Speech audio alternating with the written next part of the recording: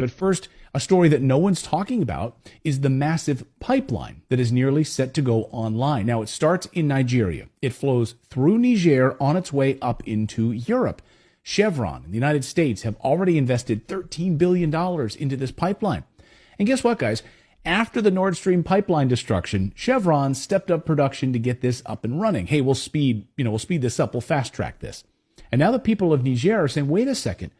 Why are we going to allow a pipeline to flow right through our country so Europe can have natural gas?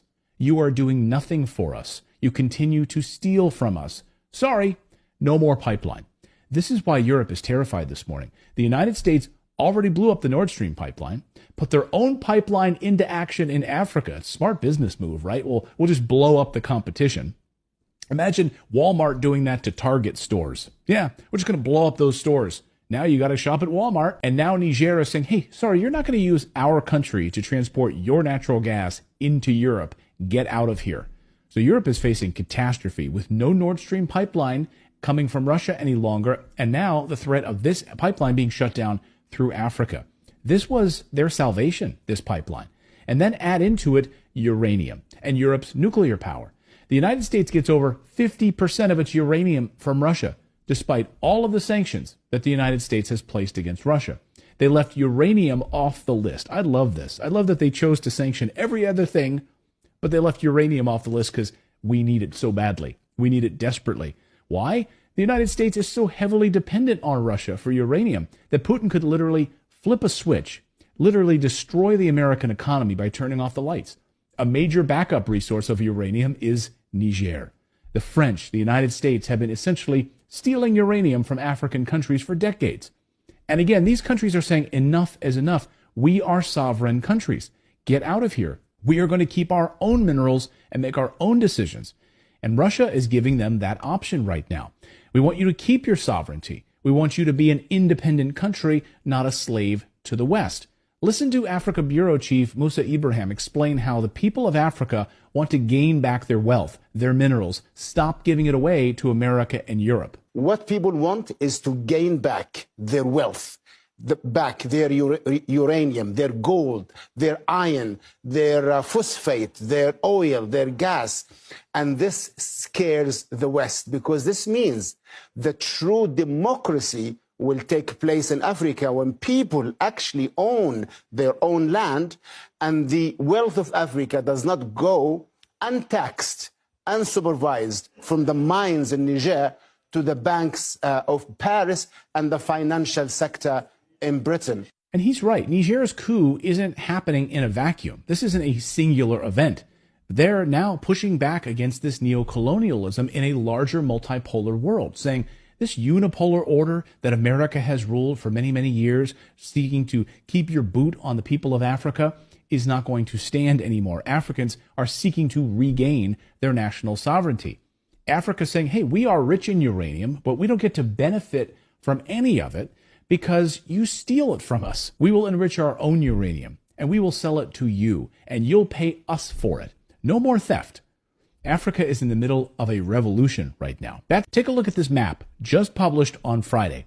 These are all of the African nations that have now signed military agreements with Russia. And even a few of those in white are getting ready to partner with Russia as well. Damn, that's a lot of red.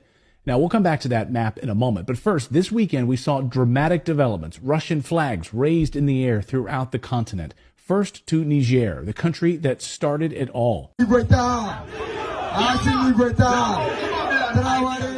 Russian flags everywhere. And according to France 24 news service, the government of Niger has now signed a contract with the Russian Wagner Group for security. And they need it because the coup in Niger has entered the point of no return right now. The people rising up against France, against the United States' influence in that country. The Western powers that have controlled Niger for decades are now being pushed out. And this weekend, the military leaders now say that Niger will no longer be a European colony. And they've demanded that all French soldiers get out now, get out of here, or face the consequences. Why does the United States even have troops in this country in the first place? Well, that's a great question. So get out of here, France, and get out of here, United States. You don't belong here. Over the past few days, the United States started dropping massive amounts of military cargo right near the Niger border with its warplanes.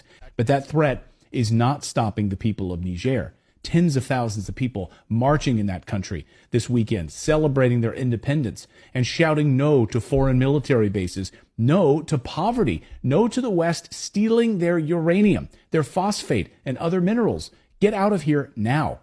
All of the ambassadors' offices to the Niger Republic Mission Service, the United States, France, Nigeria, and Togo have all been terminated. All of their offices are now officially shut down by the Niger government. The head of the military just made this announcement. So other African nations are now showing their support for Niger and starting to say the very same thing. Get out of our country. This weekend, the people in Senegal rising up against Western colonial governments controlling their country.